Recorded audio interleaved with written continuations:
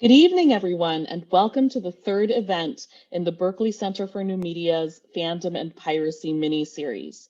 My name is Gail DeCosmic, and I'm the director of the Berkeley Center for New Media, which we call BCNM.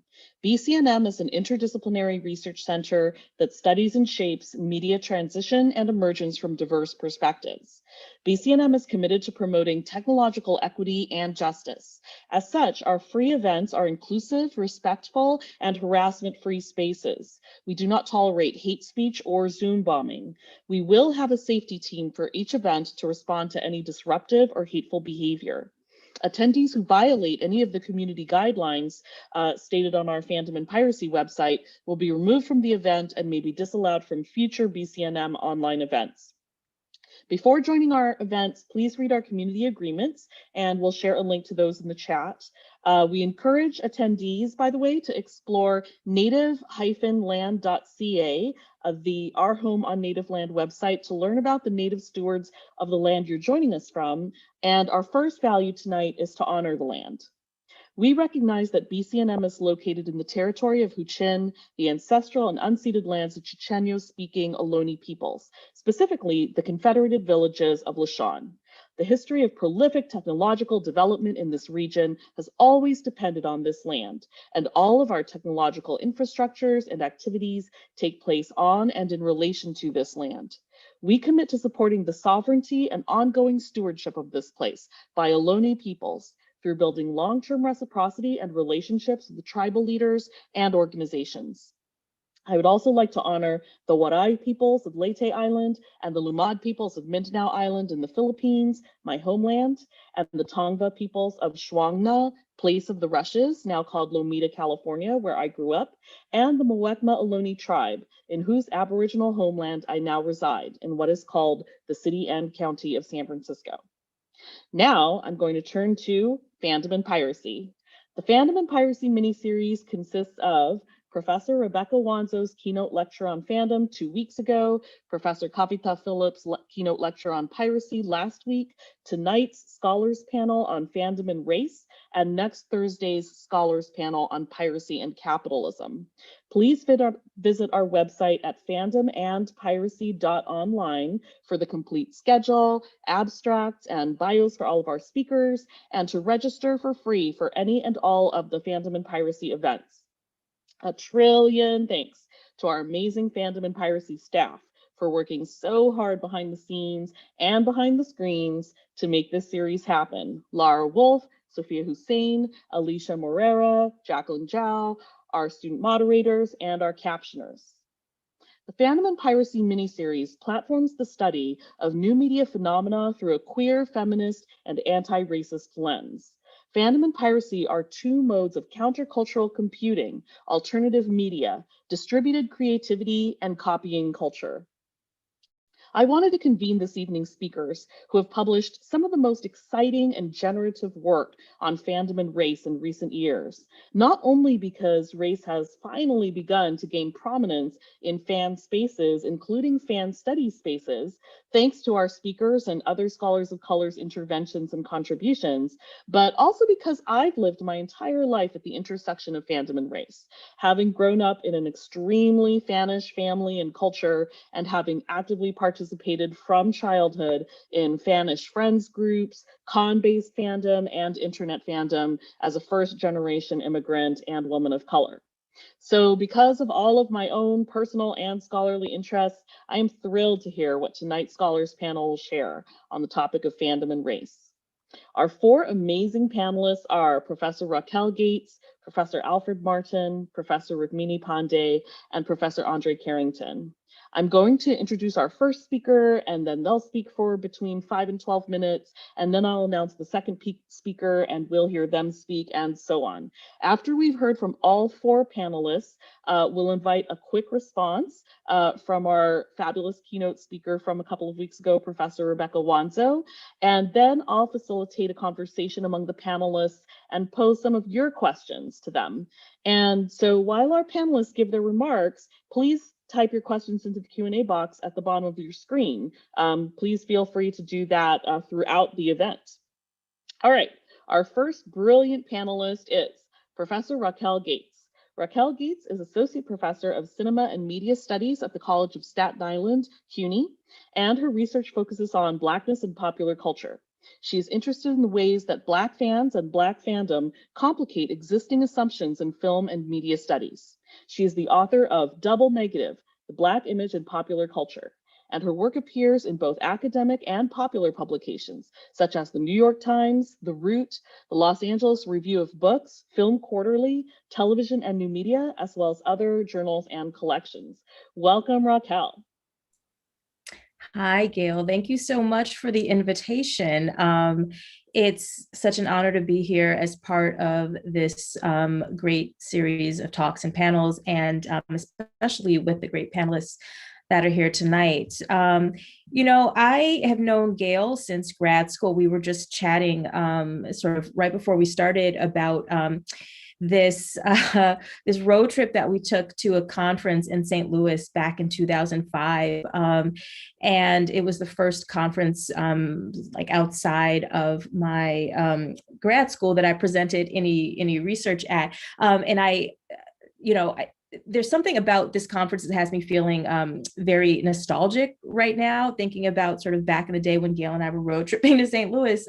And part of that is thinking about sort of my own intellectual trajectory and what happens when you go to grad school and you start studying film and media studies, and when you start thinking about fandom. And I think that for a lot of scholars of color, at least this was the case with me, my experience with grad school is learning, all of the sort of academic ways within film and media studies to study various texts. But then if you're like me, like if you're a Black person, there's this constant check because it doesn't quite line up with your experience in your family, in your communities, of how you engage with film. And, part of the idea of the discipline, which is something that Rebecca Wanzo said when she was a guest speaker in my class a week ago, we are disciplined into ways of thinking. And one of the things that strikes me about fandom and fandom studies and sort of the role of scholars of color within that is to think about ways to sort of undiscipline ourselves or to reincorporate those aspects, those ways of seeing film and media and understanding it from the communities that we're a part of and bringing that into the academy. And so, with that being said, there's a couple of, sort of things I think about in terms of thinking about race and fandom to that point. Most recently, I've been thinking a lot about the relationship between fandom and film and media and quality. And what I mean by that is we tend to, in our discourse around film, we talk about quality as if it's this, objective, knowable thing, when really, when we say quality, what we mean is well-produced. What we mean is a film that had a crew that went to film school and they can afford good equipment and know how to do proper lighting, and all of those things. And so what we tend to read as a good film is something that really is just sort of like an economically healthy film, right? That for me is an important point to highlight, because when I think about my own introduction to film within the context of my family, I think about the logic of what my family saved and what they didn't save. And, my dad, for instance, has this library of VHS tapes and now DVDs and Blu-rays. And the VHS tapes were the most interesting for me because I'm sure some people are too young to remember this, but like back in the day when there were VCRs and you would record a film, you had these multiple settings that you could use. It was like SP, EP, SLP. I think might be getting those right, but they recorded different speeds and therefore the quality of the recording is different. And, my dad had this internal logic about which things you recorded at which speed. And it wasn't like the films that would have been regarded as good films within some kind of like academic, basis. They were things that he felt had relevance to Black people and to the Black community. And it makes me think a lot about something that Al Martin talks about, this idea of Black film going and Black cinephile practice as like a civic duty. And that was the logic that sort of governed how he recorded things. It's the type of logic that I think would make sense to a lot of Black people, but that is not captured in any kind of way within academia, right? We don't necessarily have a language for thinking through Black film practice, Black viewing practices, which brings me to another sort of memory that I have involving my friend and also, fandom scholar Kristen Warner, when she posted on Facebook a number of years ago that she was about to teach a Black cult film class, and she was sort of asking people, well, what do you think when you think of a Black cult film, what do you think of? And everybody was sort of weighing in, and at some point we realized we were just listing, I don't know, like every Black film we knew. And part of what was sort of amusing, at least for me, about the takeaway from that is that how do you understand what makes a film a cult film within a Black landscape when cult film assumes that there is some kind of mainstream accepted film to which cult is always, sort of like tangential to. But with Black film, all Black film is marginal. It's all marginal to any kind of mainstream Hollywood production. It's always marginal, even to sort of like independent darlings, right? And so within academia, I find that we lack the language to get at this Black engagement with film and with media. And sort of, pivoting from that point, I'd be very remiss if I didn't bring up the Coming to America sequel that just came out last week, because I think it reveals all the ways that these conventional logics just break down when we're thinking about Black engagement. And so, you have the sequel, this incredibly expensive, I think $60 million, was the budget. Al Martin sort of joked with me, like, there's something kind of nice about seeing Black people be able to make a really expensive mess, as I would define Coming to America. But what does that say? Like, what does it say when you have all of these sort of markers of quality? And yet, if I had to guess, I don't think that that sequel will reverberate within sort of Black popular culture, within Black cultural memory, in the same way that the original did. The original, which was not really made, I would argue, with Black people in mind. The fact that we sort of claimed it and turned it into something that we hold very dear is more about the audience's engagement than whatever the director was trying to do with that film. So these are some of the thoughts that I've, sort of had, around in my mind right now, this relationship between, Black people, Black audiences, films, discourses of quality, and the ways that academia, I think, is really trying to catch up, partly through the work of like the scholars who are part of this series of talks. Academia is really trying to catch up to capture that, because the logics of Black audiences have never been the same ones as white audiences.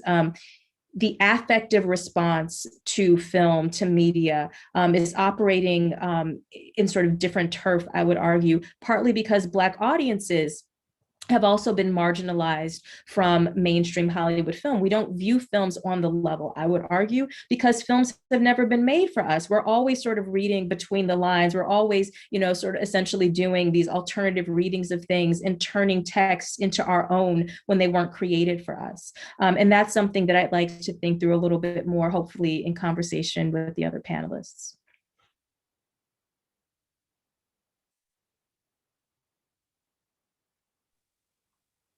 Awesome. Thank you so much, Raquel. I find myself, typing notes really quickly and then having to actually do, and then I forget. I'm like, oh yeah, I'm actually moderating this thing. Okay. Thank you so much. I'm going to introduce our next phenomenal speaker, Professor Alfred L. Martin, Jr.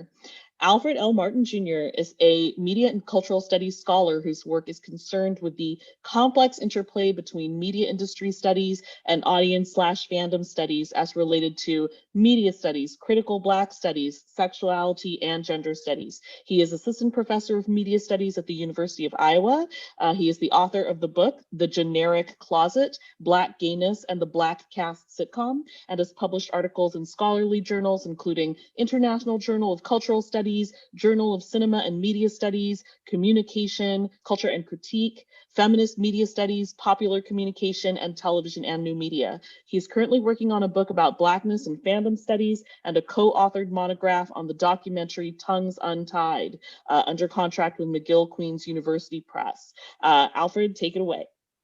All right, thank you so much for having me, and thank you everyone for attending.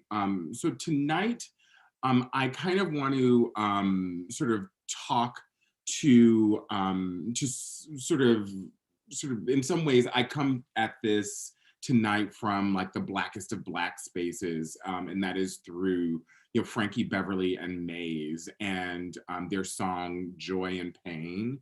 And I kind of want to think through my thoughts tonight on fandom around sort of this idea of joy and pain. And I want to sort of also suggest that I'm talking about pain as sort of this sort of not as sort of something that is painful or that is hurt is hurtful, but something sort of like taking great pains, sort of an effort to accomplish something.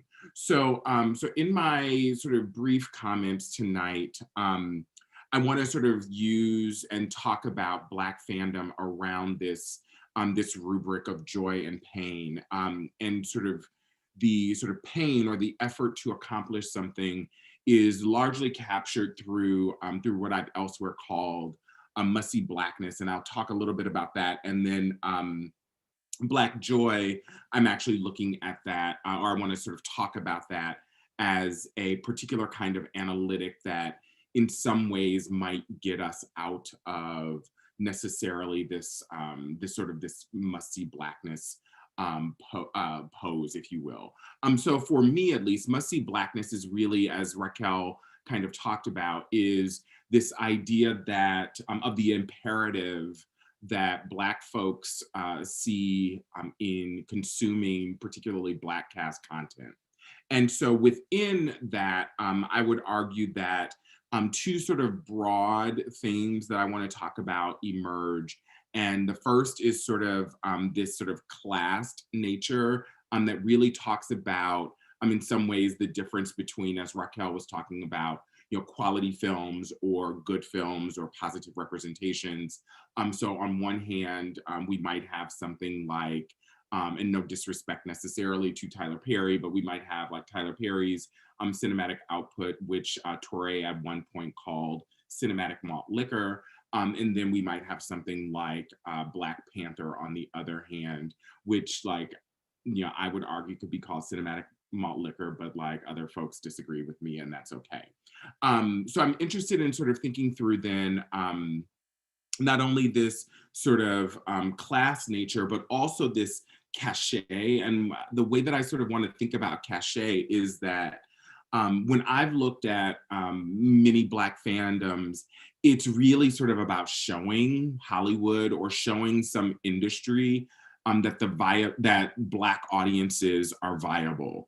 And so this was part of the thrust behind folks wanting to see something like Black Panther on its opening weekend. It is also about Black folks wanting to see like things like the ballerina Misty Copeland, because sort of showing folks like American Ballet Theater or perhaps New York City Ballet or some other ballet company that if they have Black folks present on the stage, then Black folks will simultaneously spend their money to come and see them. I mean, like we'll set aside the fact that like there's been Black people in ballet companies before Misty Copeland, but we'll set that aside because like apparently she's the first and it's new. So we'll table that for now. So, and then sort of the converse, the sort of opposite side of that coin that I want to look at and talk about is sort of Black joy and sort of thinking about the things that bring Black folks joy. And in particular, like sometimes it's things that don't even necessarily, include us, but there is something about them that sort of makes us glom onto it as a culture. So I'm interested in sort of the idea of community and the way that, social ties through sort of Granovetter and sort of social network theory, how sort of community forms around particular kinds of texts. And in this case, I'm specifically talking about what we could call a cult film, if we believe that all Black films are not cult films, but The Wiz, and sort of the way that communities of Black folks, of which I am one, my best friends from freshman year of high school, we all sort of come together around our fandom of The Wiz, and sort of thinking about the way that in these kinds of traditional ways that we talk about fan communities, and when we talk about fan communities, we often are exnominating ideas and ideals around race, but thinking about the ways that community might, or Black community might come together around particular kinds of fan objects, and are not necessarily interested in the politics of representation and whether or not it is a positive or negative representation. And then other end of this sort of Black joy is the idea of comfort. And in particular, I'm interested in sort of thinking through, like, what are the things that actually just bring Black folks a sense of comfort, and particularly in a hostile world, in an anti-Black world, what are the things that sort of bring us joy? And so I'm interested in sort of looking through comfort as a way to talk about the Golden Girls, and something that doesn't include Black folks, but Black folks sort of glom onto as a thing that, at least in my interviews, folks talk about the way that it brings them comfort. So I'm really sort of interested in our sort of discussions in sort of talking about not only the ways that Black fandoms are or can be rooted in these ideas or ideals around sort of showing Hollywood and making sure that there is Black representation, but also marrying that with an idea of, like, what's the stuff that we just enjoy? And it doesn't have to, like Coming to America, it doesn't have to necessarily be good. It just has to be something that brings us joy. So I'm going to leave it there for tonight, at least for my remarks. Awesome. Thank you so much, Al. Okay, our next amazing panelist is Professor Ragini Pandey. Ragini is an assistant professor in literary studies at O.P. Jindal Global University, India. She is currently part of the editorial board of the Journal of Fandom Studies and Malorn, the Journal of Tolkien Studies, and has been published in multiple edited collections, including the Wiley Companion to Media Fandom and Fan Studies, and the Routledge Handbook of Popular Culture Tourism. She has also been published in peer-reviewed journals such as Transformative Works and Cultures and the Journal for Feminist Studies. Her monograph, Squee from the Margins, Race in Fandom, was published in 2018 by the University of Iowa Press. Her edited collection, Fandom Now in Color, a collection of voices, bringing together cutting-edge scholarship on race/ism/racism in fandom, was published in December 2020. Rukmini, please take the stage.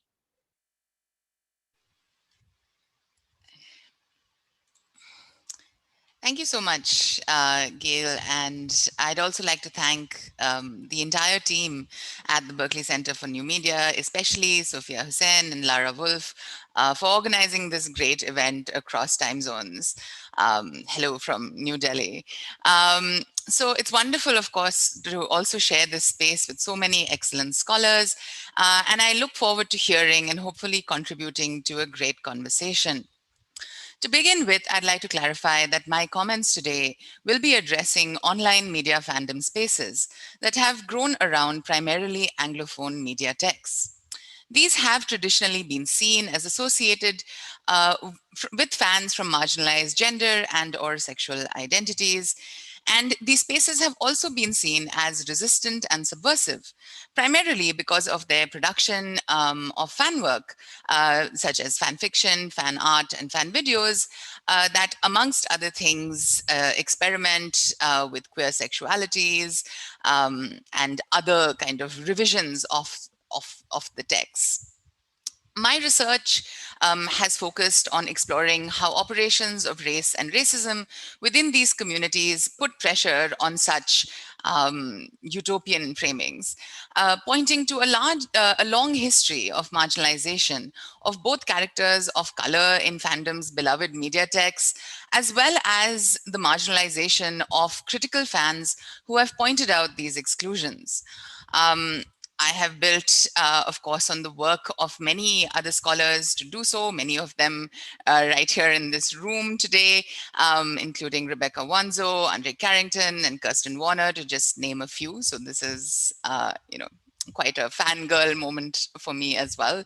And as I think it is perhaps, this would be known to most people here, that there has been an increased attention to the operations of race and particularly anti-Blackness in fandom spaces in the last year, especially in the wake of the Black Lives Matter protests that took place in the US and indeed around the world.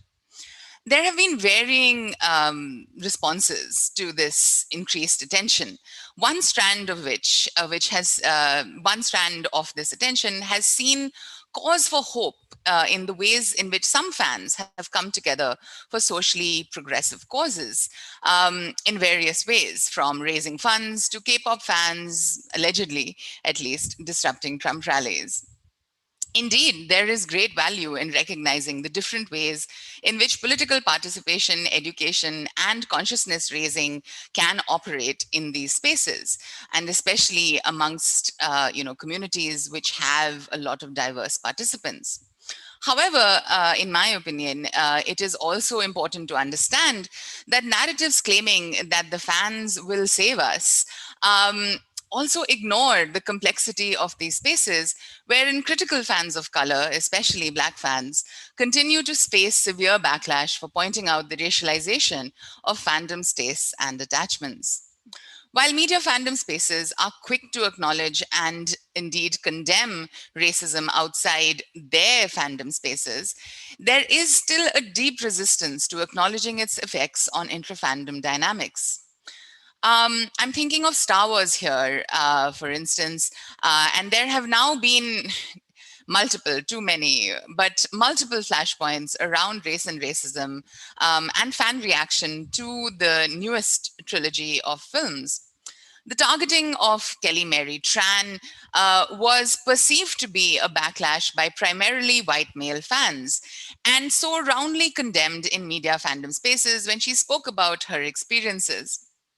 However, I will point out that the sustained targeting of John Boyega, and he has also talked about this in multiple, multiple interviews and on his Twitter, etc. That targeting has either not been engaged with or deflected because it addresses the activities of fans perceived to occupy more marginalized identities. When the discrepancy in these reactions are pointed out, such as by fan commentators and journalists such as Zena Hutton and Ashley Reese, just to name two off the top of my head, the pushback has been quite severe and sustained. Media fandom spaces indeed explicitly draw on their historical framing as subversive and resistant and diverse to deny any possibility that structural racism might have a part to play in their fandom activities at all. This backlash is also bringing up realities of the messiness of transnational and transcultural understandings of race and racism, the global operations of anti-Blackness, and the rise of militant ethno-nationalism in many countries. It is tempting to see media fandom spaces, by the fact of their diverse participants, as somehow fundamentally oppositional in their politics to such reactionary forces. But I think that is where we come up against the limitations of such theorizations.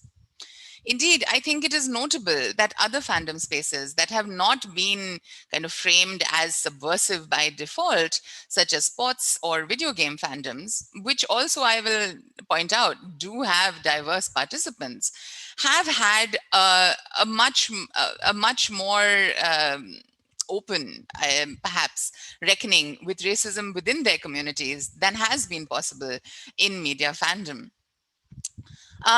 In my work, Squee from the Margins, I talked about the term fan of color as an identity label that was deployed by my respondents in interviews. And I pointed out that this term was always unstable and contingent. It was always a hope towards solidarity, not a claiming of it by, any one point of identity. And more, I think that it is valuable to underline that instability and push past kind of surface narratives of solidarity. To give an example of outside fandom in my own location, the terrifying rise of Hindutva in India has deep links to diaspora networks, which routinely pinkwash propaganda to make it palatable to progressive circles in places like the USA. It is therefore vital to understand that stated solidarities and commitments to anti-racist or decolonizing efforts in any community should be open to scrutiny. So to conclude, no, I don't think the fans will save us, but building more nuanced and comprehensive understandings of the circulations of power and identities in all fandom communities might help us be better prepared for our contemporary and fraught realities. Thank you. Thank you, Rukmini. Okay, now it's time for our fourth wonderful, brilliant speaker, Professor Andre Carrington. Andre is a scholar of race, gender, and genre in Black and American cultural production. He is currently Associate Professor of African American Literature at the University of California, Riverside. His first book, Speculative Blackness, The Future of Race in Science Fiction, interrogates the cultural politics of race in the fantastic genres through studies of science fiction fanzines, comics, film and television, and other speculative fiction texts. Andre, take it away. Thanks so much. I feel really privileged to be in all of your company today and always, really. So I will read some of what I have prepared to read and recall the rest of it as best as possible. And I'm looking forward to our discussion. I also wanted to say that I am wearing my Oso Oro t-shirt that I got for supporting my friend and comrade Ivan Velez Jr. on Patreon because he makes comics with queer people of color, and that's the thing that is great. So I really like The Expanse. A couple of years ago, I was one of thousands of participants in the Escape Velocity Science Fiction and STEAM Education Conference who got involved in mostly virtual campaign to hashtag Save the Expanse, which played some part in getting the show moved from Sci-Fi Network and renewed for the Amazon streaming platform. I like the show in part because it features incredibly talented, compelling characters portrayed by people of color, including Dominique Tipper, Shure Agdashlu, Chad Coleman, and Frankie Adams. If you watch the show or you look those people up on IMDb right now, you will see why they are so great to look at and just so wonderful in what they bring to a science fiction story in space with really cool science in it. Recently, I read a thread about The Expanse on one of the political blogs that I follow. And in the comments, there was excellent discussion about what the readers loved and unloved about the series, about the performances, about relationships between the novels that form the source material for the series, and about how well and how poorly the materials adapted for the screen. This is very much typical science fiction online discourse about media, but in a blog that is otherwise about, like, risk corridors in the ACA, Affordable Care Act subsidies, and what it will mean if, Deb Haaland's vote to be confirmed as Interior Secretary is a symbolic gesture or a truly structural intervention that's demanded, right? So in that same space, the same people have a variety of interests. There's a great deal of back and forth about the politics of the science fiction in the story, about whether a TV show can imagine human futures in space on an appropriate timescale, because you've got to have people who live human lifespans playing characters in a live action series, but you can tell any kind of story you want in fiction that has timescales greater than many human generations. Whether its outlook on future configurations of political geography are viable, and how well or how badly it did portraying an extraterrestrial threat to the human species as the real problem, or just a sort of distraction from a shiny object to refocus our attention on the infra-species conflicts that are the proper frame for a story in any genre. There's also some discussion of the casting, including the departure of a cast member who was credibly accused of harmful conduct and rightfully dismissed from the show, and the really fascinating topic of how dialogue delivered in the series, including a fictionalized patois, which is a common device in science fiction to signify a future combination and transformation of language that reflects on what we think of racial and linguistic difference in real life, how that came across as like reductive or exploitative or realistic. And that was one of the things that really stokes my interest and tells you how I look at TV, which is to say, I watch TV like a Black person, and I'm interested in whether people in the future talk the way that people talk and are imagined to talk in the future the way that we have come to talk through our histories and the meanings of our backgrounds in relation to each other. All that brings me to this observation about how much fandom is like politics discourse online, and really how our vernacular discourse for politics and our imagination of the society we live in and the institutions that govern us in which we participate, how much those things as language communities are like fandom, and how much race is an integral factor in determining how those things work. I mean, there are fannish tendencies in how we learn about the uptake of political messaging and resistance to it, and the fault lines along which, political media organizes itself. There are sociolinguistic and geographic questions that are common to fan conversations and to politics jargon and imagery that circulates in different markets, supported by different advertising, or translated or subtitled in different languages. There are also questions about the sociological imagination and the humanistic value of narrative played out in the way people talk about and the way that we see people and hear people talking in real and imagined possible futures, right? The way that we imagine people will relate to each other tells us about how we imagine ourselves relating historically and in the futures we desire or want to avert. And even occasionally, you might be like me and feel some kind of way when the term fan fiction shows up in political media. In all of these places, I'm really interested in, which is to say, I'm curious about, and I want to know about the role that Black power and Black desire play in mobilizing our resources and our judgment. I'm not so much interested in using fandom as an allegory for understanding politics, but as I want to do, resisting the tendency to use allegory, especially in genre delineated forms, to understand social relationships that are actually taking place in the production of cultural narratives and media, and instead pursuing a more complex, a more systematic analysis of how we make culture and how the work of doing culture and making and consuming media are embedded in social structures that really exist. It may not seem like it, but this comes back to me, the politics of representation, or at least what I think is commonly spoken about as the politics of representation.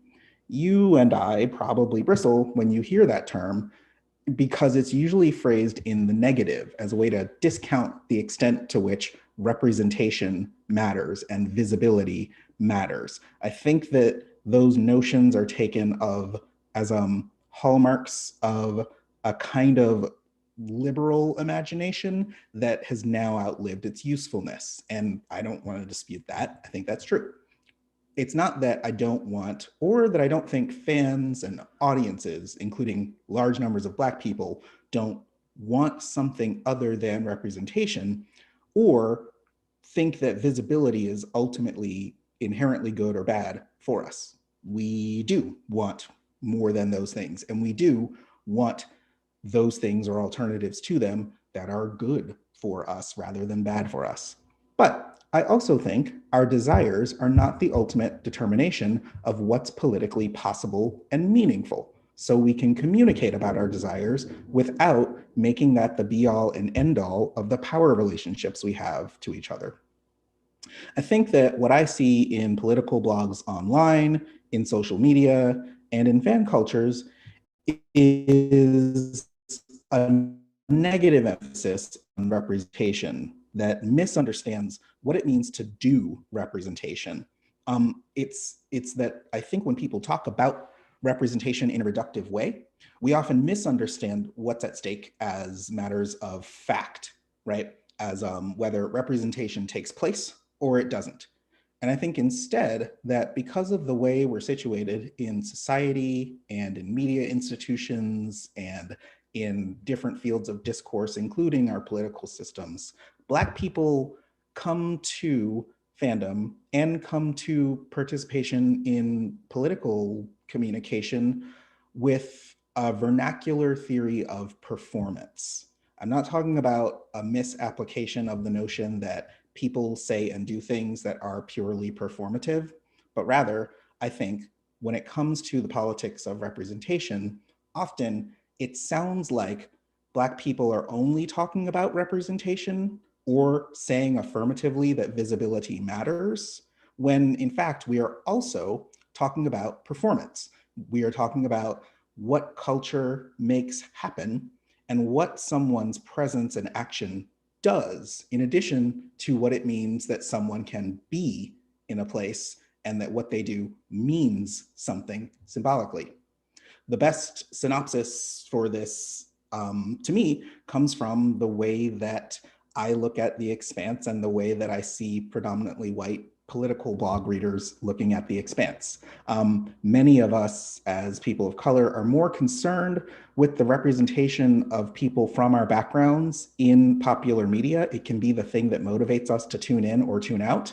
And likewise, also seemingly more concerned with our representation among governing officials in our political system.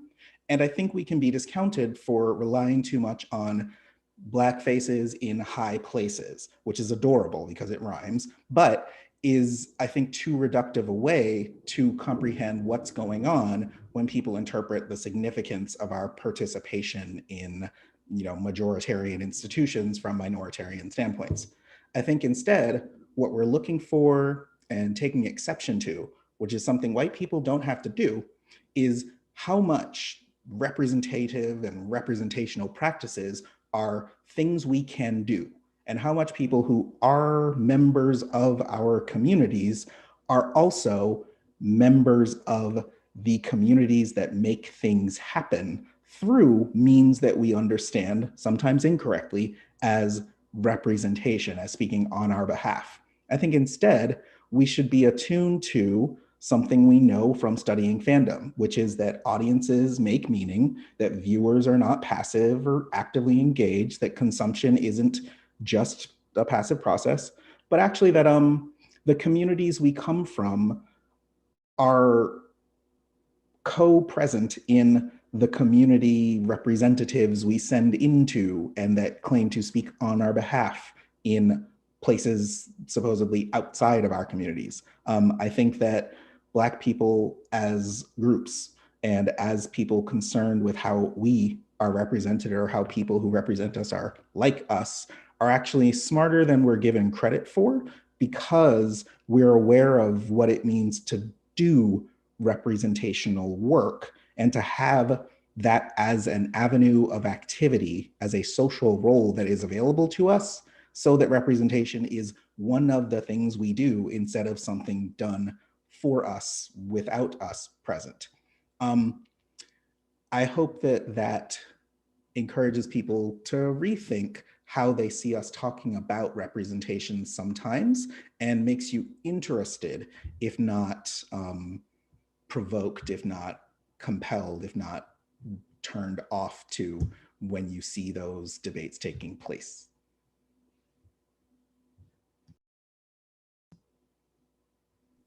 Excellent. Okay, let's see if Professor Rebecca Wanzo is around. If you are, Rebecca, and you're willing to unmute yourself, yes, then I will just give you a super quick introduction, because I gave you a long introduction a couple weeks ago. Just really quickly, the marvelous Professor Rebecca Wanzo is professor and chair of the Department of Women, Gender, and Sexuality Studies at Washington University in St. Louis. Rebecca, your thoughts on our great panel? Yeah, I mean, I got the email today. It's like, you want to give comments? It's like, oh, after 12 hours in Zoom and already. But look, let me just say these few things. Those were brilliant comments, and of people whose work I know pretty well. And so there were a couple of questions that I've just sort of had in my head as I've been thinking about all of your work for a number of months now, as I'm trying to work on my own book on fan studies, and I'm trying to sort of move from what you're thinking about now. So most of us, I think, are really sort of uninterested, or have talked about the problem of positive and negative representation is just, analytically inadequate. But I am interested in whether or not utopia, like the idea of the utopian, or to coin a really ugly idea, like the BIPOCtopian, is something that we still have like a deep investment in, because one of the consistent threads throughout these conversations is space or place. I was noting in the conversations, and what are these spaces and places? And the virtual, very early in fan studies, was an essential aspect of that.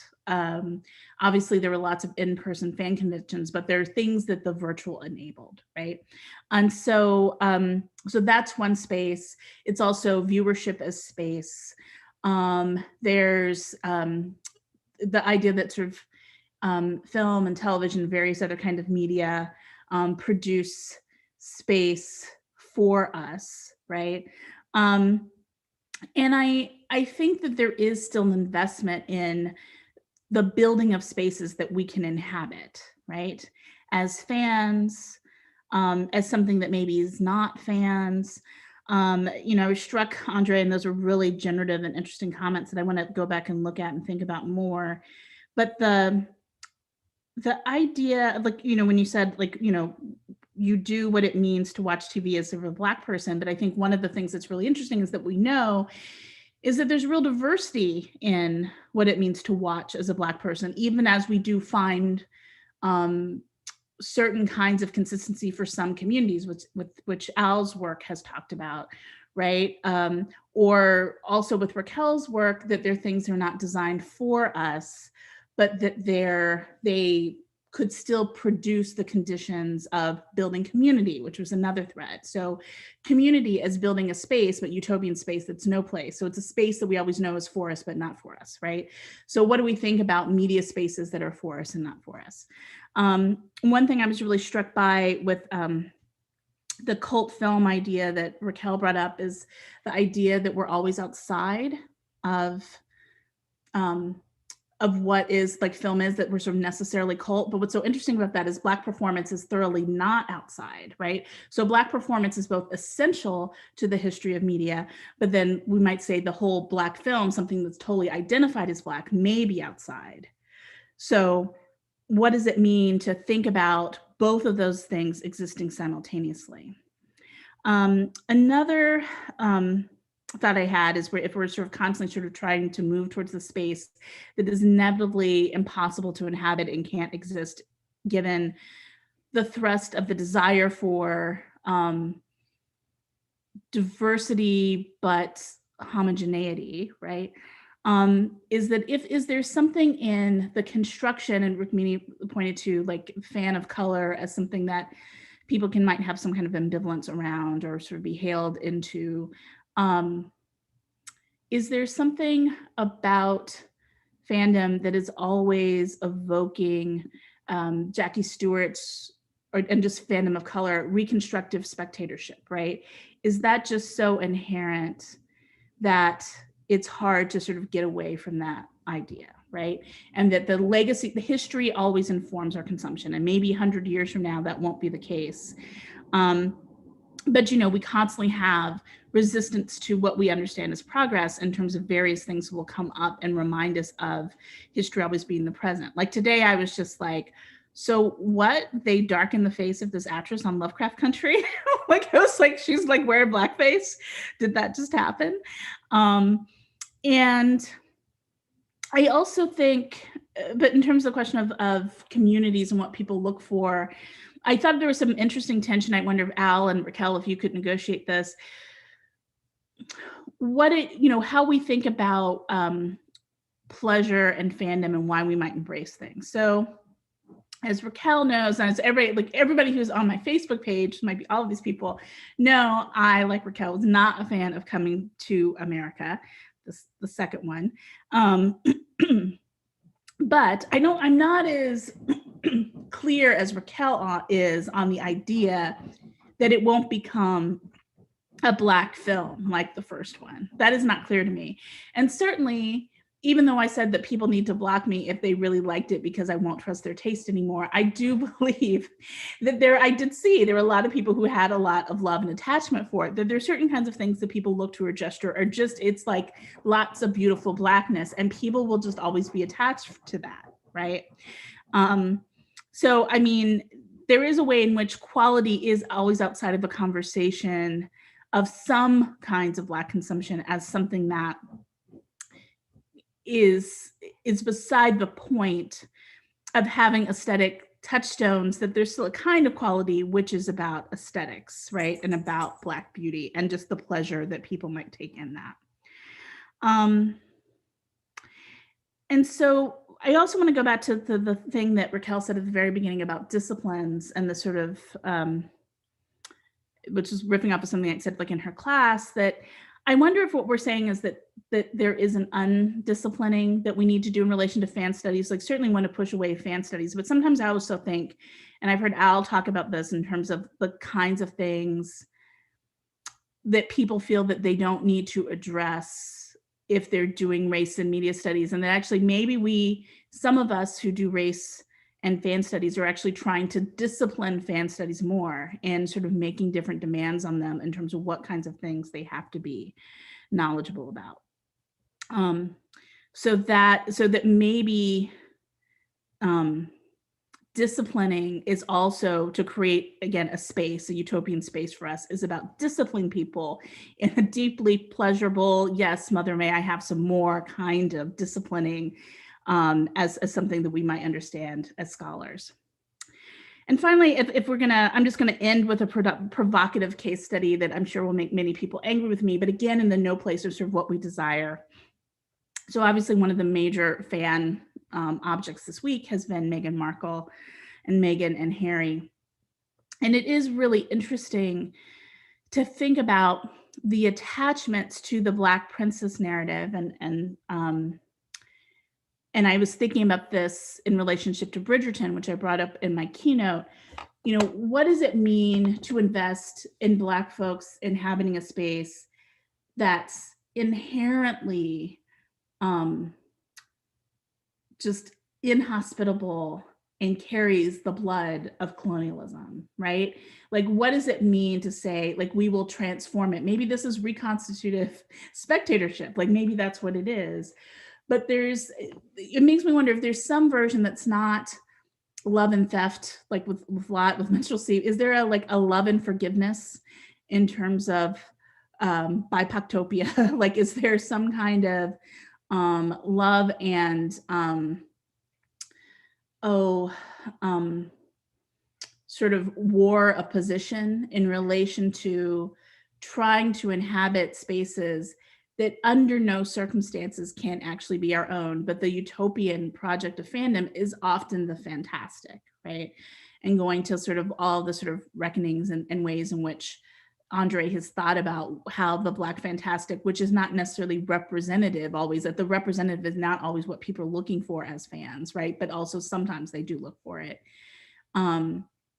There's a way in which there's an impossibility of what people were asking for in terms of her being in that space and what kind of progressive sensibility it could offer, given that it's the British monarchy.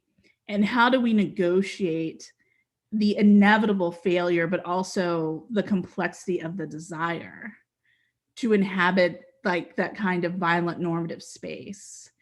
And what does that mean in terms of what it means to be attached to Blackness? So let's end that there. Great, great, great. Okay, all our panelists, please come in, and all our audience, please post your questions in the Q&A box, because we are turning towards the conversational part of this event. So we already have some great questions from audience. And I also feel like Rebecca posed questions in your awesome response too. So I'd like to start with that. I love BIPOCtopia and the question of space that you brought up, which you noticed as a theme through the panelists' speeches. You know, in your keynote lecture, Rebecca, you said, some people need the MCU as a space. You know, some people need Black Panther as one space, and then they need Moonlight as another space, and then they need Lovecraft Country as another space, you know, or the original Coming to America as another space. And Malika, one of our graduate students, said, you know, I need all the spaces. I don't want to let go of any of the spaces because I'm a different fan in all the different spaces. So I just want to sort of upvote this idea of space and place as a theme in all of your thinking about fandom. How do you interpret, you know, just thinking through the conversations from the keynote and also what Rebecca just said and what you just shared with us, you know, how do each of you sort of map the idea of space and place onto your work and how you're seeing fandom and race right now? Who feels it? Who would like to jump in first? Maybe Raquel, because you went first, right, Raquel? I keep calling on you. It's such a big question. I'm sitting here trying to think about it. How do we map space and place onto our work in terms of thinking about fandom? I guess I don't know if this is actually going to answer your question, Gail, but I'll riff on your... I would say for sure the Academy is a space that you really flagged strongly in your remarks, you know. I think, yeah, I'm definitely like sort of identifying the Academy as this place that, you know, as I said, like riffing off of Rebecca, like sort of disciplines us. But I think, you know, one of the things I've been thinking about a lot in some of my more like recent work and stuff that I'm thinking about is also for us as scholars, sort of thinking about like sentiment and thinking about sort of the role of sentimentality. And what I mean is, you know, I was struck by what Al said about you know, his work on Black Fan of the Golden Girls. And, you know, for me, the Golden, like, that's the show I watched with my parents. Do you know what I mean? Like, that's the show that, like, when I went off to college, because it was my favorite show, my dad recorded like 1 million episodes on VHS tapes and sent them in a care package, right? And so, like, I can't ever actually untether the show from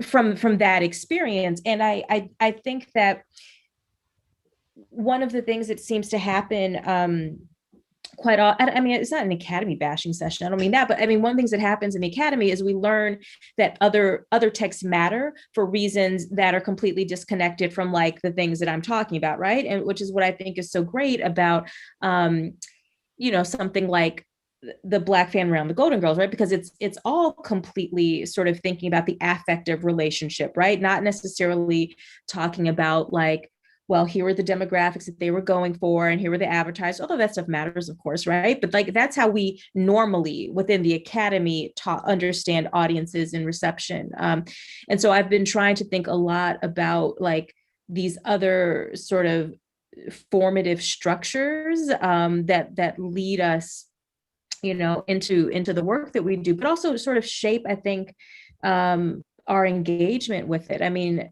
Rebecca, in your response just now, you mentioned like the Disney prince, like, sort of like imagining Meghan Markle within this kind of princess landscape. There was just a McSweeney's thing that came out today, which was riffing on that, like, oh, what is it? Oprah's tell-all interviews with other princesses. And it's just her interviewing like Disney princesses, like with the same dialogue that she used in the Meghan Markle, interview. But yeah, thinking about like kind of these spaces that sort of live in our hearts and in our minds that are actually shaping our approach to things, right? That feels really important to kind of bring to the fore, in the same ways that we talk about methodology, in the same ways that we talk about what sort of theorists, are influencing our work. So, yeah. And then if I could jump in, because Raquel is talking about the Golden Girls, and that's sort of like something that I am actually, I'm interested in it because it's actually part of the book I'm currently working on and Black fandom around it. But I also, like, what I think is really fascinating about the Golden Girls and Black folks' attachment to it is that, like Raquel was sort of talking about, like I went sort of looking for like why industrially the Golden Girls might make sense, like if we're talking about 1985 as a text. And like when I looked at it, it's like for the first 4 years that it's on the air, it's paired with all these Black ass TV shows. So like, it's with like 227 is like legit like our show. Like Black, like I feel like white folks are like 227, what are you talking about? Like 227, Amen. It's paired around there. And then it also has these sort of like perhaps crossover shows like Facts of Life or Give Me a Break that are with it. But I would actually argue that even in sort of its disengagement or its broad disengagement with an ongoing sort of Blackness, its sort of place, if we were talking about place, its place in the network lineup was positioned it in a Black space. And as an aside, like for the first 4 years of the show, like one of the writers was actually a Black woman, who like when in my interviews, a lot of Black folks were like, oh my God, like I really sort of relate to Dorothy. And like she was the one primarily writing for Dorothy in the show. So there's sort of a way in which this sort of Blackness, sort of comes through and in some ways sort of provides us with a space and a place and a way into this show.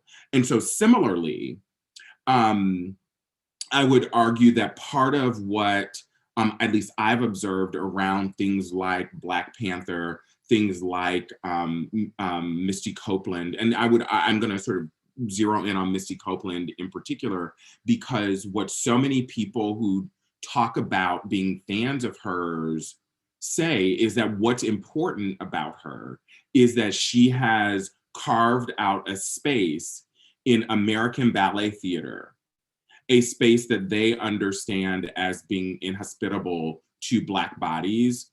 Although they have had a number of Latinx bodies in it, in that company, but like because she's sort of pushing her way into this space, that's part of what becomes important to her. And it is specifically important that she has taken her talents there versus to Dance Theater of Harlem, an all-Black, or at least it used to be an all-Black ballet company, or a mostly Black ballet company, or to the Alvin Ailey American Dance Theater, which is known for having a majority of Black dancers, if not just simply dancers of color. So there's these sort of two, in some ways, these two registers that I would sort of suggest is partly about sort of, like, there's still sort of a kind of provingness that sort of underscores at least the fandoms that I'm looking at,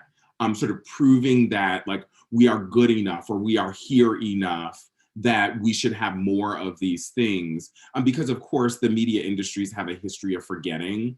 So like for every, like the next time, like, you know, oh, and I guess I ran out of juice on my light, so we'll have to deal. But you know, when the next sort of Black Panther movie comes around, like the industry will all over again act like there's never been a Black blockbuster, and all of our hopes and dreams will then once again be pinned on this next sort of blockbuster film.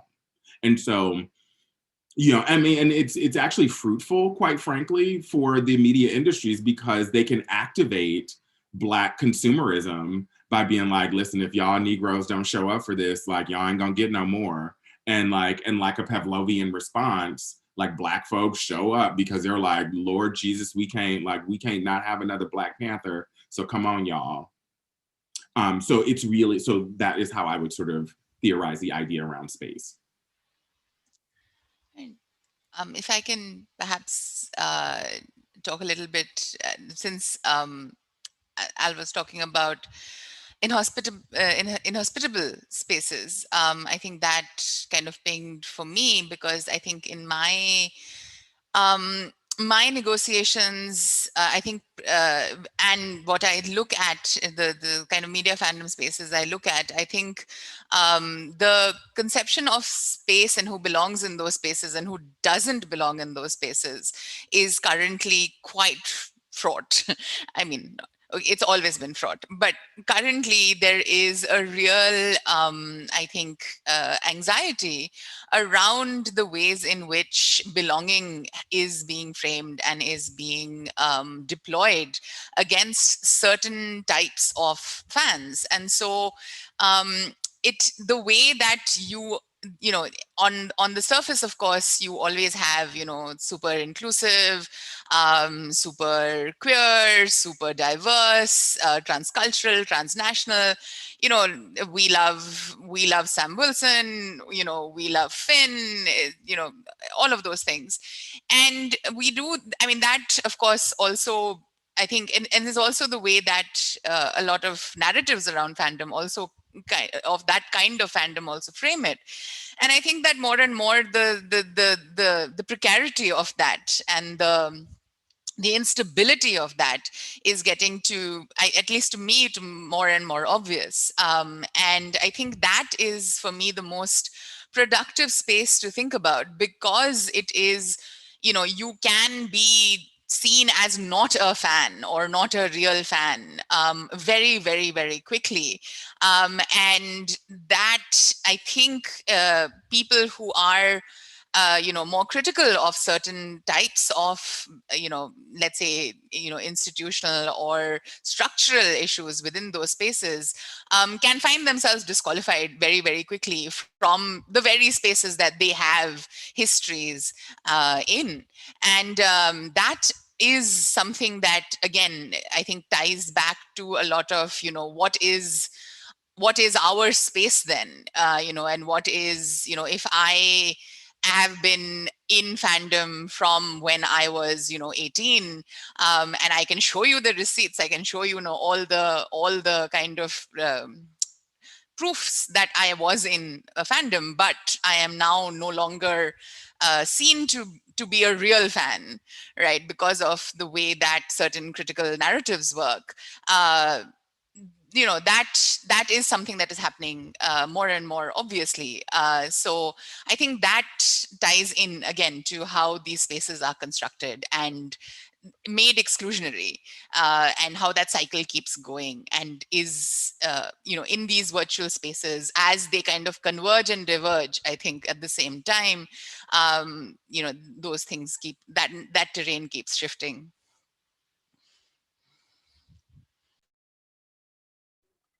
Andre, do you have thoughts about space and place? The Expanse is a spatial name.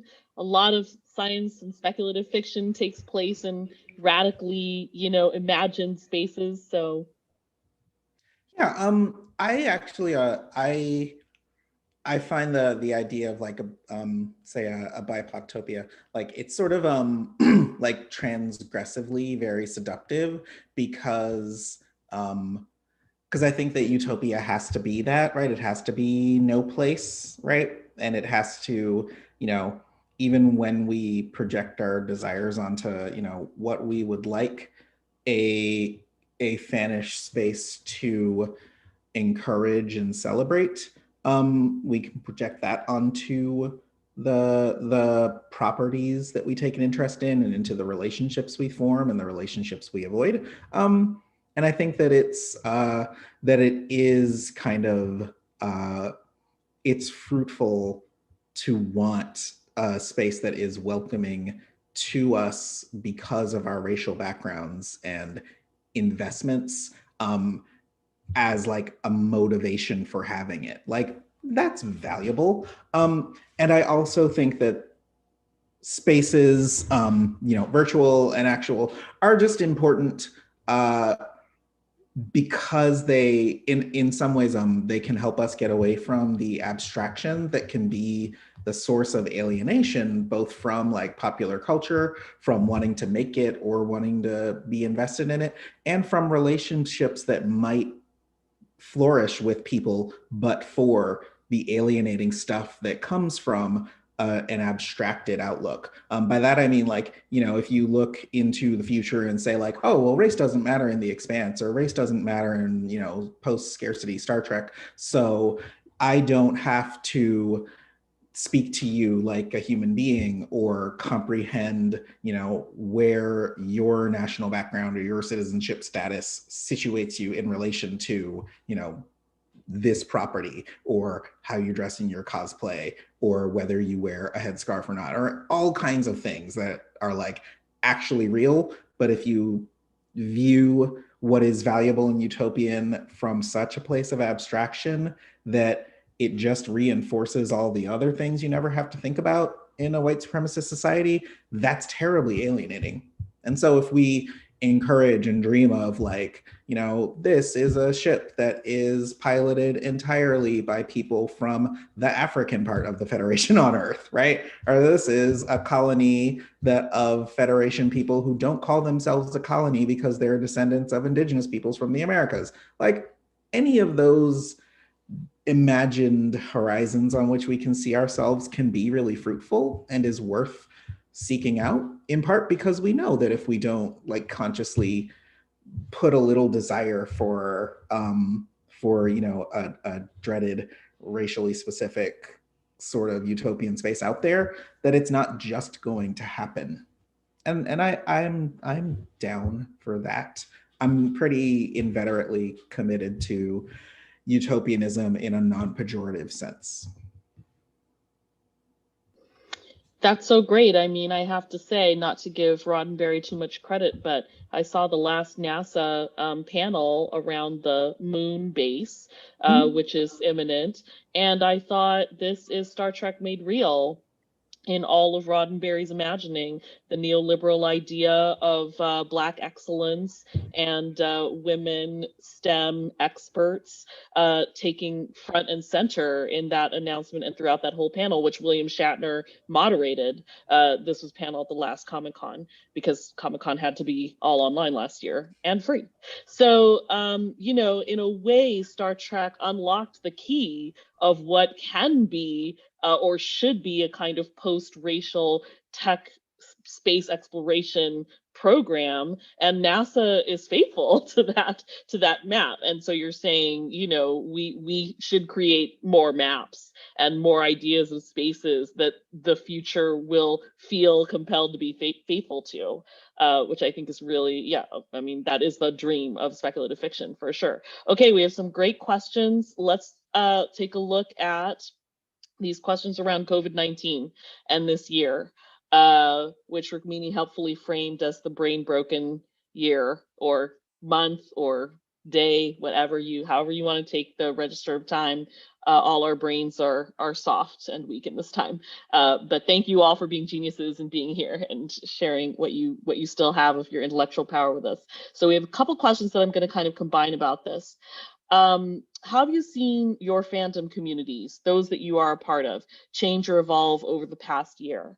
You know, one person asks, and another person asks, with COVID-19 having affected all of us and further substantiated fandom into online or ephemeral spaces, is there a way to think about how media today might require more undisciplining, to take up Raquel's term, especially with the growth in streaming services? So, you know, this has been a very media heavy year, a year when all fandom took place just about in the virtual spaces.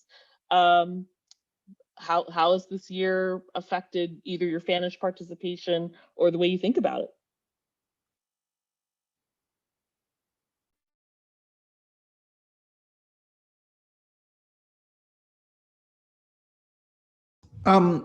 It was this is an indicator of how, like, speaking of disciplines, like my ability to periodize is a casualty of pandemic time. But when Avatar: The Last Airbender came on Netflix, I think it provided this way to kind of revisit the different levels of engagement we have with certain narratives and what they mean, in relation to like how they're made available and how widely available they are, right? Because they become things that more and more people can know about but not look at. You know, you can know about something and have its profile raised and know that it's out there, but not really care to invest in it. Or you can have lots of people take the opportunity to get newly invested in stuff. I kind of love and treasure how the critical discourse of race bending came from Avatar and the horror of the live action adaptation, before Avatar: The Last Airbender and Legend of Korra were quite as widely available as they are now. And to me, that's really great because it provides this opportunity to think about how, like, you know, a lot of fans laid the groundwork for the reception of this in a way that they let us know there was something to be learned from it before many, many people would see it and look to it for what they might learn. So it's a cool thing that happened, and I was really excited to be able to rewatch stuff that I liked.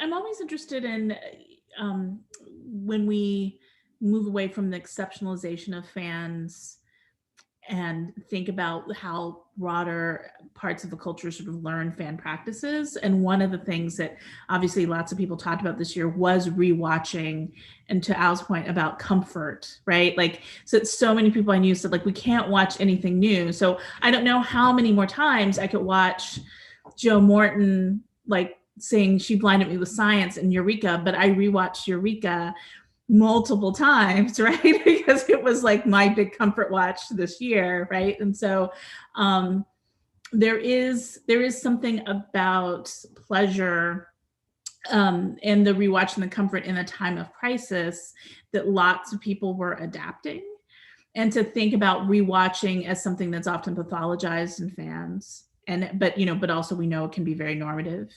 And so how we can think this broader sort of discourse of sort of trying to understand what rewatching is about, and how this year could help us, you know, think in different and thicker ways about that practice.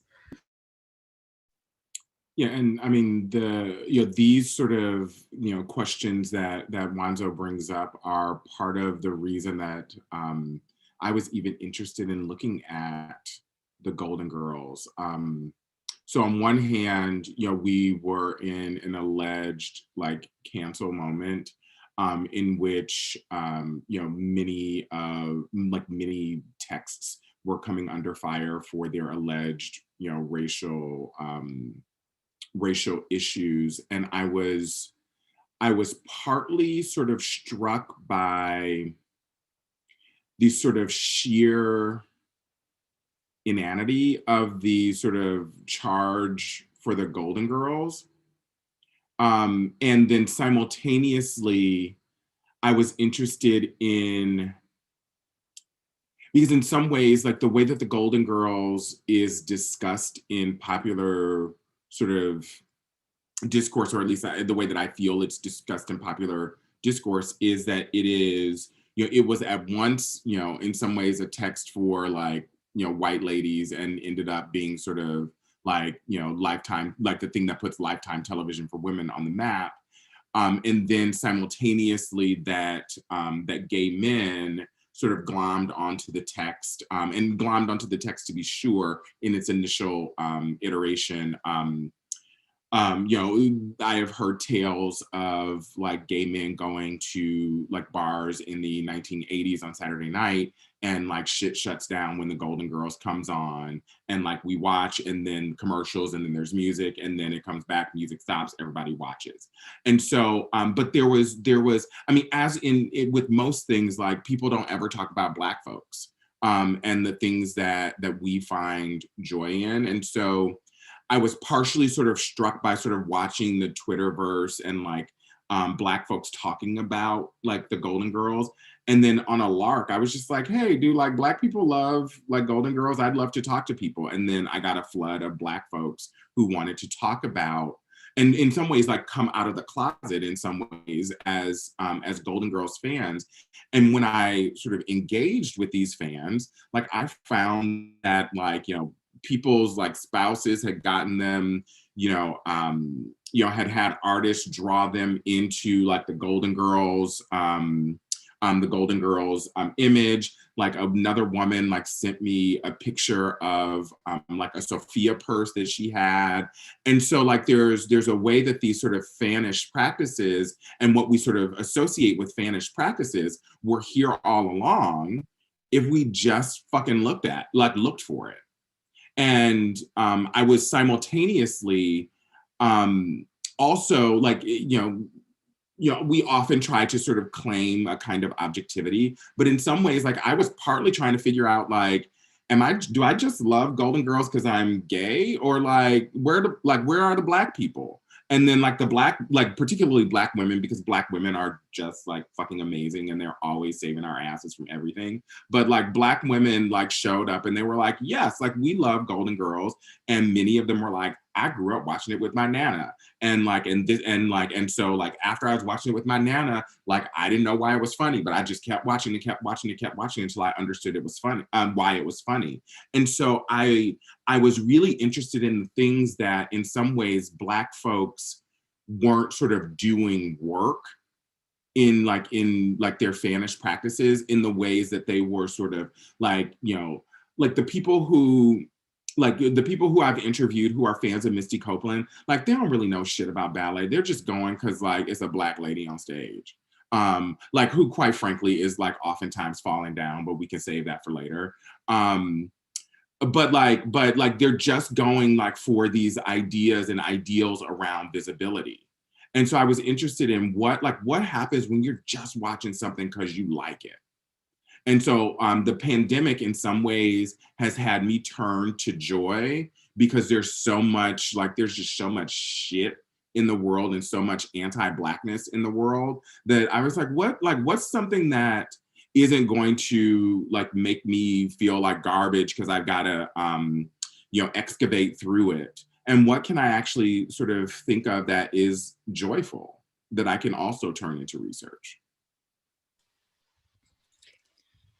I wanted to also respond to that question and to maybe complicate it a little bit, because I'm really struck by this question of like, you know, like, how has the pandemic changed your relationship with like fan communities? Like, I haven't watched anything because my kids were home for like 10 months. Do you know what I mean? Like, they just went back to school a month ago. And so, and I say that because I think that whether we're talking about like a media studies as a discipline, if we're talking about fan communities, there's this idea that like the text is the thing, the text trumps all. Your primary identity is sort of like your relationship to the text and to like other people who watch the text, as opposed to also thinking about not like what happens when, and I think about this with streaming, I think about this as I just paid, I don't even know what, for Paramount Plus, because I don't know, like the Real World Reunion is on there. So like they can charge you whatever, I'm going to buy it, right?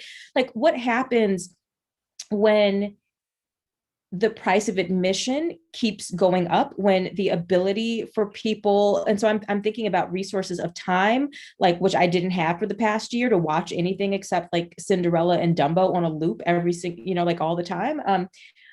But all resources of money, resources of access, resource, like who is able to now access these sites. And so I think we tend to talk about, for instance, like streaming and like all of these multiple platforms only in terms of like it's a boom of accessibility, and not necessarily thinking about who gets excluded from those things as well. Like what do you do with, I mean, I'm thinking about you know, what Al just said about the Golden Girls, but what happens to older viewers, for instance, who don't like have smart TVs or still working with whatever TV that they've had, you know, since 1998 or something like that, right? Like what happens when you have folks who don't have Wi-Fi at home, right? Like what happens there, right? And so I'm also thinking about not just this sort of proliferation of choices and this proliferation of options, but who keeps getting left out and dropped at every single turn, such that fandoms and fan communities might very well, you know, start looking much more narrow, and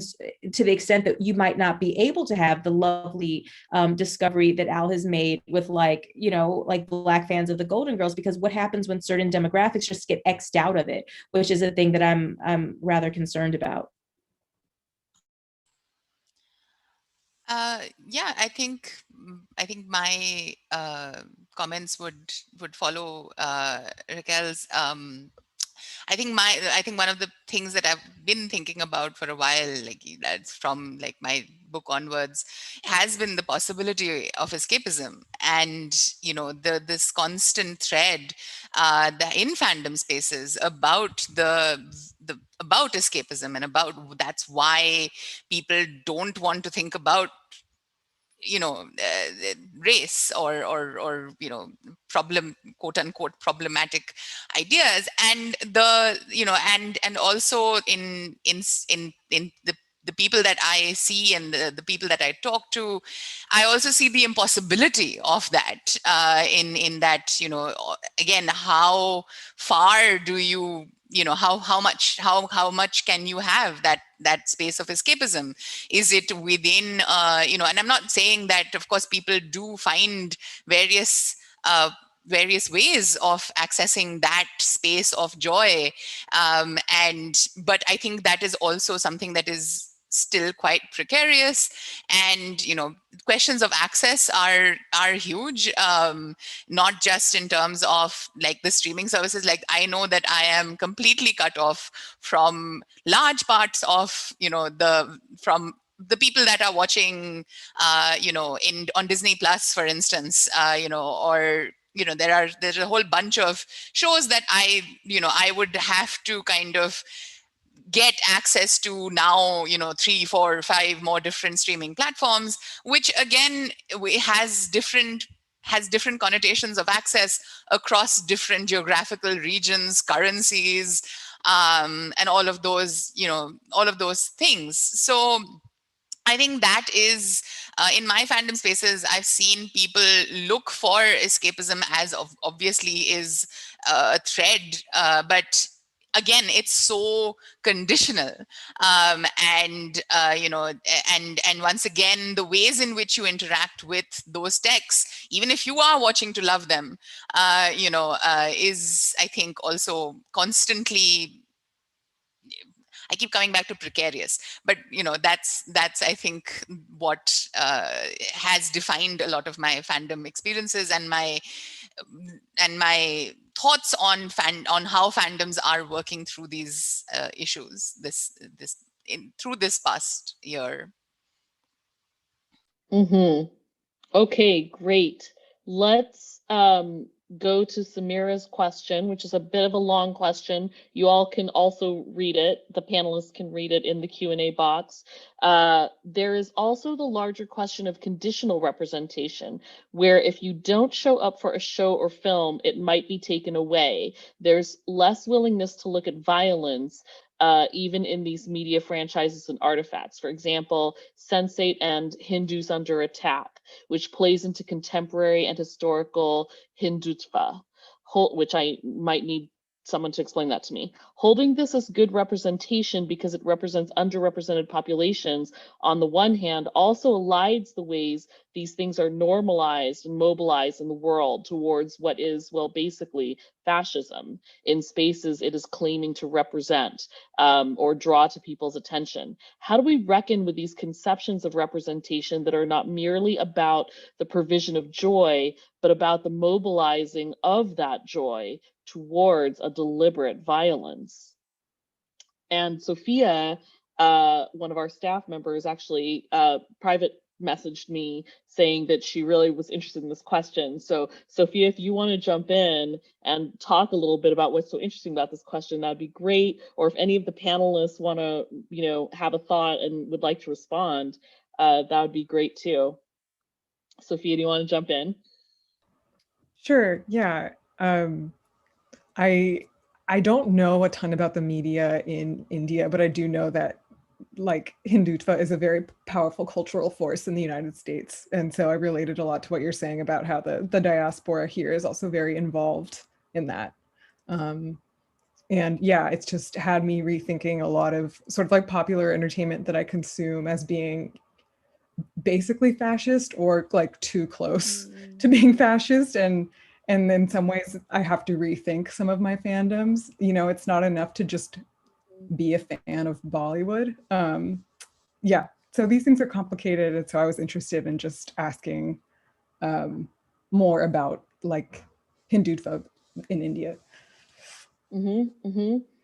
Kavita Philip is also here and interested in this question. So Kavita, if you have anything to say about it, great. I also see Rukmini's unmuted yourself. So Rukmini, feel free to jump in too.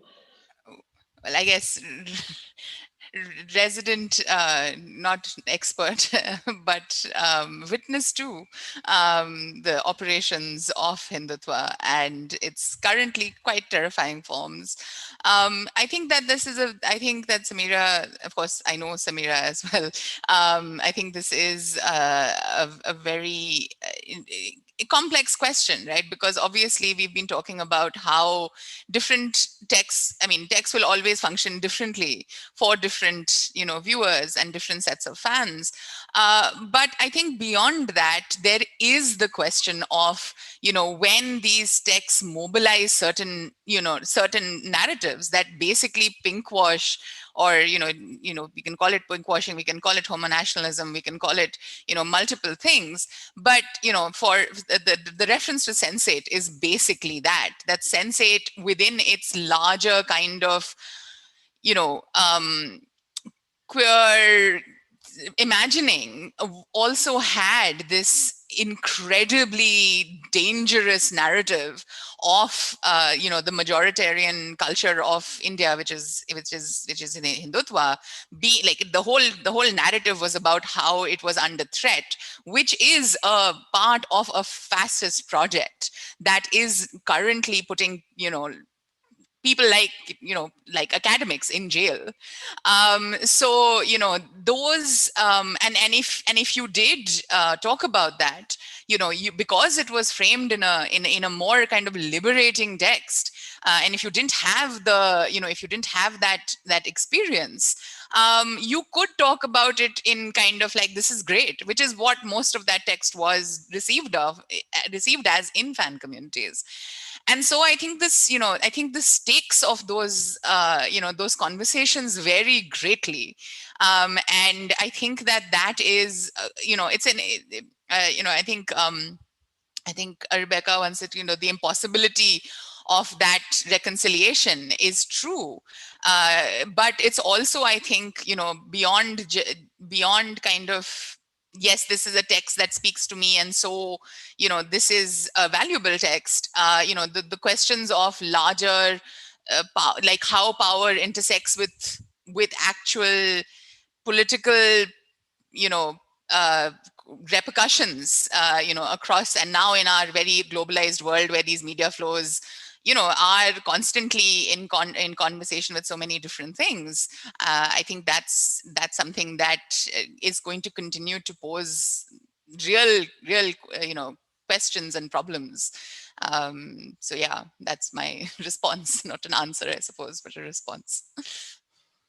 Yeah, this is a larger question of fascist propaganda embedded within beloved texts that I think reaches way, way back in Hollywood and many other countries' national film traditions. I think about so many, I mean, Top Gun, or like any Michael Bay film, or any of the ways that the American military is just de facto valorized as a site of awesome masculine accomplishment and agency. And many people love those movies. Often popular culture is there to be resistantly read also, so we can't assume everyone who loves these movies is automatically buying into the fascist undertones, but nevertheless, yeah, this is a problem. Does anybody else want to jump in on this? Yeah. I was Rebecca, meaning go ahead. Yeah, I was just going to think about if there is historical perspective for us to bring to bear from Blaxploitation, because it's sort of like it's so much of a moment and discourse that depends on, is produced by fandom, that we don't necessarily think of it as generative or as part of genealogies of fandom. But because it really is about seizing on demand, and mobilizing, obviously, actors and musicians and audiences in such exploitative ways, it does a lot of the things in more spectacular ways that I think we can today get upset about and know how to recognize on a much smaller scale, right? So that if the representation we're attentive to only pays lip service to the concerns it's trying to place before the audience, that can be cheap, or it can be exploitative, or it can be baiting representation, but you got nothing on Blaxploitation. At the same time, of course, Black people are smart and not dumb. So what I think is important to recognizing that is not so much that like, oh, but it did a lot of good for a lot of people in terms of launching their careers, but also that the nature of the exploitation that it made possible on the interpersonal scale was maybe, verifiably or falsifiably more intense in the lives of the people who went through it, right? So the actors who did the roles and the musicians who did the music and the crew could have been like much more super exploited under that system than they are in a similar production today. Like, those are the measurable things. But the less measurable things that we need to, I think, recuperate this sometimes exploitative dynamic with fandom into our genealogy to understand is that the Black audience takes part in Blaxploitation on the level of aggregate demand. And that's not the kind of thing for which, your individual subjective judgment about who should or shouldn't go see this movie, or what movie they should or shouldn't let their kids see, is the most important, because it is so individualizing and so it's so sort of like structured in judgment that can't see the forest for the trees, that we then can't learn how aggregate demand evolves over time, so that we can think about, what portion of the Black audience today takes part in seeing films or watching TV shows or buying comics that include offshoots of Blaxploitation as a system, and include or take part in less exploitative versions of it today. Like, I feel like that's the level on which we can link that era to this one. And it's one that I think requires us to honestly like forgive ourselves a bit for taking part in a collective practice that formed an economic reality at one time in order to understand what ethical relationships we can have to the production and consumption of narratives in that tradition today, right? Because I'm like, we can either not forgive ourselves then and now and nobody has any fun, or we can forgive ourselves in the past and discipline ourselves in the present if that's what we got to do. And I feel like that works better than the reverse, because I'm sure we're not like, it's not like we were so right then and we're so wrong now. And I feel like we could take things that way if we don't comprehend how, you know, our fandom, our interest, our availability for exploitation can be taken up in different ways. I mean, I also want to sort of point to the ways that, you know, history becomes sort of about master narratives in some ways. And like, I first sort of want to sort of center the idea that what we call Blaxploitation films are a set of films that were named such by the NAACP because they didn't conform to a particular politics of visibility.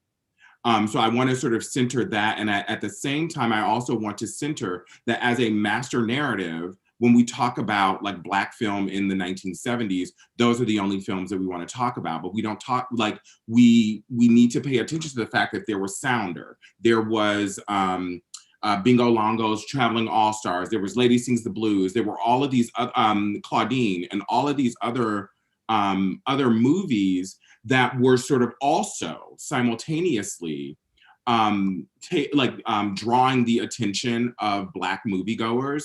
So there is a way in which like Black folks were seeing, presumably, we're seeing Shaft as a Blaxploitation film. But let's also point to, they were also seeing Sweet Sweetback's Badass Song, which is not a Blaxploitation film, although it is the model upon which the cycle is built.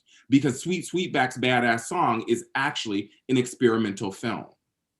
And so there's a way that that I want to avoid sort of getting into this sort of binaristic kind of thinking about, like, you know, if we see Tyler Perry, then like, you shouldn't see Tyler Perry, you should only see Spike Lee or whatever. I also love that Spike Lee had to show up in his tuxedo to the Tyler Perry Studios opening. But anyway, because I'm petty like that. But there's a way that like we want to like continue to balance these things. And like Black folks, like, spoiler alert, Black folks are postmodern.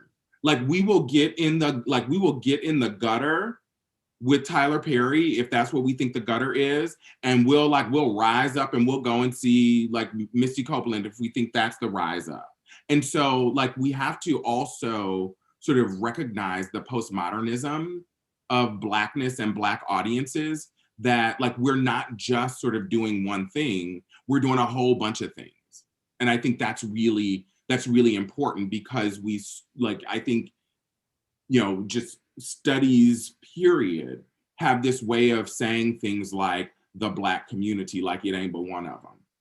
And like, we need to be pushing back and be like, there are Black communities, and these Black communities will like yuck it up with Tyler Perry, and they'll also like, you know, go see, you know, something that's high art, whatever high art is. I mean, if I could follow up back to the conditional acceptance and Rukmini's discussion, because Rukmini knows I've been really fascinated by, like, this last year, certain kinds of Desi or South Asian television, like Never Have I Ever, and Indian Matchmaker, and what's going on with those shows. And, you know, I want some people to do, I would love someone to do an ed collection and thinking about these contemporary representations. But I'm thinking about how, like, you know, this is a panel about fandom and race, but I'm interested in also what we might recognize as sort of similar and sort of in terms of the logic of white supremacist logic in terms of media, or community logic, like intergroup logic, and then things that are different. And so one of the things I think, in thinking about the earlier conversation about fascism and nationalism and like caste, like, you know, what are the ways in which how caste is then something that's just totally invisible in some of these shows, and how that's serving nationalist discourse, and how we read it through, like some of us who are African American might read it through, say, politics respectability, which really doesn't get at it, and doesn't get at, you know, what these other discourses are, and how it can be important in the field to disaggregate and not always compare, and to think about what these differences can tell us about different kinds of logic in various locations, and then, you know, and various diasporas, and how that's operationalizing different kinds of logics around, you know, colonialism, post-colonialism, imperialism, and racism, and those politics. Like, what are the things that we know when we apply very different, specific kind of racialized sort of histories and logics in terms of different logics, and what that can help us unpack. So I just wanted to put that out there. Yeah, I think that's very true, in the sense that, I mean, of course, there has been a very long history of of anti-caste and anti-Black thought. You know, thinkers have been talking about and connecting these critiques for a very long time, and those are, I mean, that particular viewpoint can be very rich, I feel, in talking about how these texts are being circulated, and how the language of representation around them is very different, you know, from and the way it operates and the way it slots into this white supremacist logic is very different, you know, than you know, some of the other films and shows that we've been discussing, simply because of the ways in which different communities are positioned, and in the ways in which diaspora networks, as you very rightly point out, are configured very differently, you know, and so you know, the what gets onto American centric screens in terms of Indian representation is already highly coded and filtered to be upper caste, to be Brahminical, to be Hindutva, in a way that is structurally just impossible to not you know, to not engage with, and I think that again, this, you know, again, the way that audiences and different audiences located in different spaces, you know, we don't have that differentiation anymore. You know, as you said, you were talking about, you know, Indian Matchmaker, and Indian Matchmaker was being aired in India as well, and so you had this whole host of conversations that were happening, that, you know, needed you know, a really solid critical lens, honestly, to you know, be understood, because of these layers and layers of power that, you know, are, as I said earlier, you know, they're not just informing power relations in terms of like individuals or like even communities of viewers. They're informing policy, they're informing law, you know, they're informing foreign policy, and so that, I think, is you know, a really key part of, again, how these productions and their reception and their fandoms, you know, are, I mean, they're very key to I think, understanding our transnational space, transcultural transnational fandom space. Thank you for that. Okay, let's ask a question from Jasmine. Jasmine Moore says, thank you all for this amazing talk. I would like to know the panel's take on the social commentary in relation to what used to be marginalized hashtags, via Black Twitter. For example, I am concerned with the mainstreaming or trending of Vishon, a comedic refashioning of the character Vision from WandaVision, as perhaps an exploitation of Black fan cultural processes now that the white mainstream has caught on to Black conversations, including the Dem Thrones hashtag.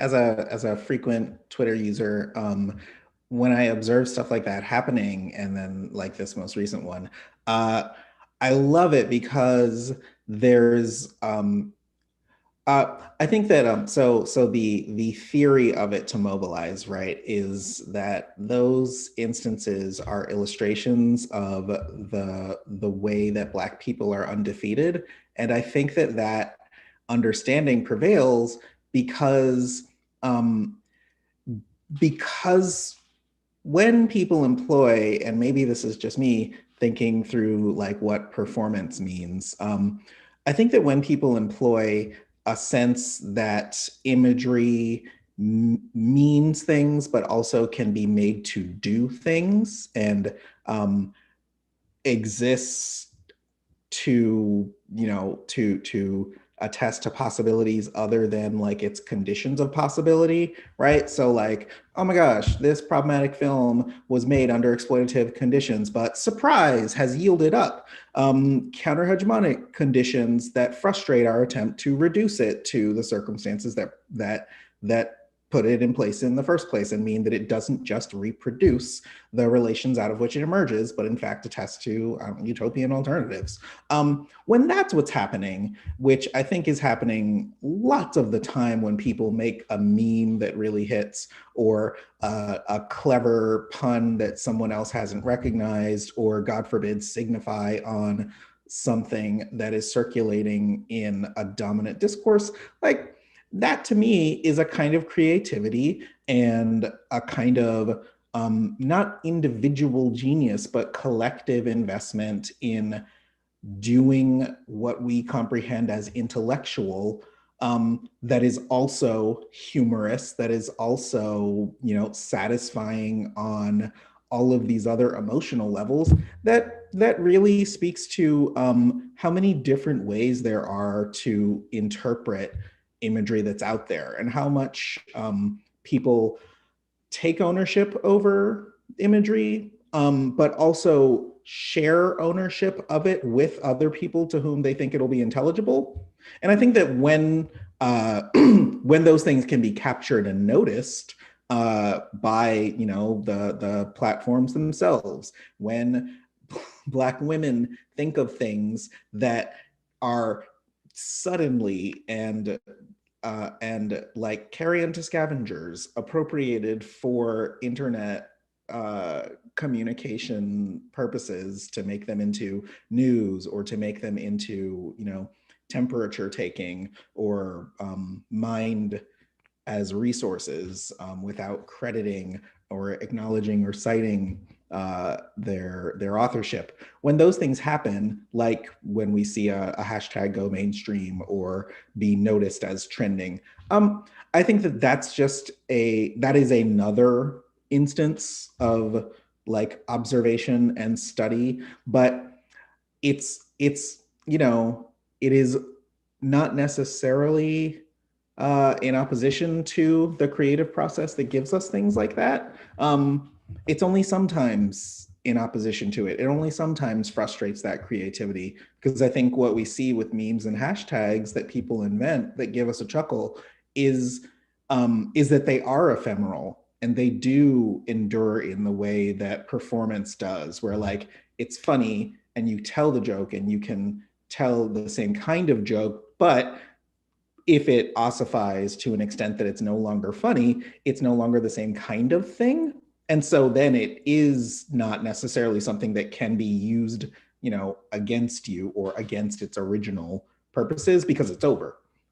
So I think that we can both be mindful that stuff like that can be co-opted or noticed or surveilled, while not being worried about it, and certainly without being like anxious to avoid notice, because people are still going to think of like funny and unexpected and, you know, obvious, can't miss it things that are so entertaining. And I don't think that that creativity can be frustrated by the methods of surveillance it's sometimes subject to.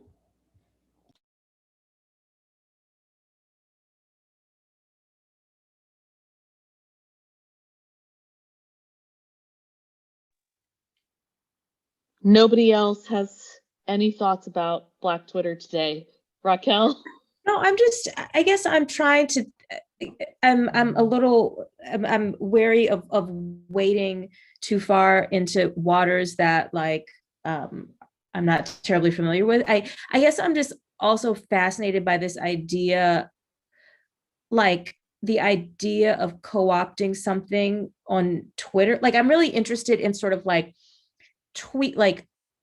tweets and memes as like intellectual property, like, which I know is not exactly what we're talking about, but like it feels like it's related to what we're talking about, right? And like this kind of territory that we're in, whereby you're like there's a cachet, or there's like, I don't know, whatever, like in retweets and going viral and things like that, but like you don't own that. Do you know what I mean? And it feels really, there's something interesting to me about kind of like mapping language onto like Twitter, right? Because I just think Twitter's it's a weird, unique space. But it's interesting to map language onto that we would use like to talk about, I don't know, like a Black artist who recorded a song and then somebody re-record, like that's a really different type of like property and ownership. And I'm not saying that to dismiss the work that people are doing on Twitter, but I just think it's really interesting to like, in my mind, the sort of contradiction of doing a thing which is public facing, which is meant to be disseminated, and also then having the desire, which I understand, to not have it disseminated beyond boundaries that are largely like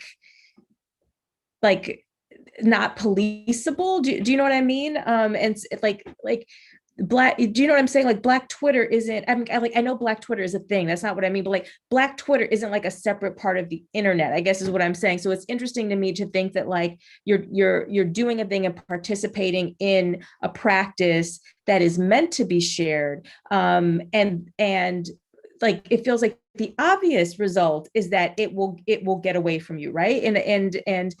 And I like what Andre said about sort of not having anxiety about that point. Is a different thing, right? At that point, it's like, you know, it's potato salad with raisins. Like we don't claim it anymore. Like go on, have it, right? But like there's something really interesting, I think, about like trying to think through those logics regarding stuff like on Twitter, on social media.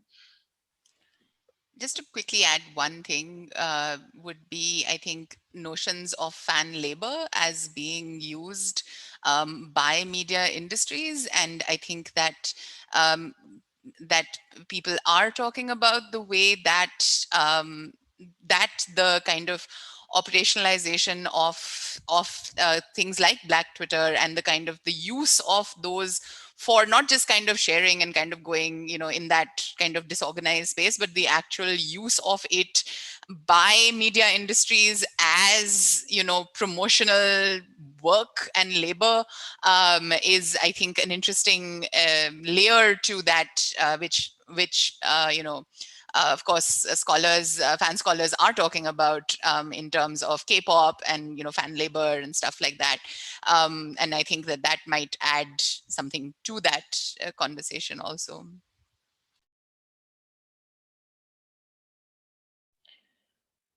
Al or Rebecca, if you want to contribute last thoughts, we're 2 minutes from done. So anything, Rebecca's been on Zoom for 12 hours. Thank you so much for sharing your last couple Zooming hours with us. Al, any last thoughts from you? Close us out? No. Okay. Well, my thoughts are, wow, I have typed a lot of notes. I have like 20 pages of notes from this conversation. This was so generative and productive and so rich.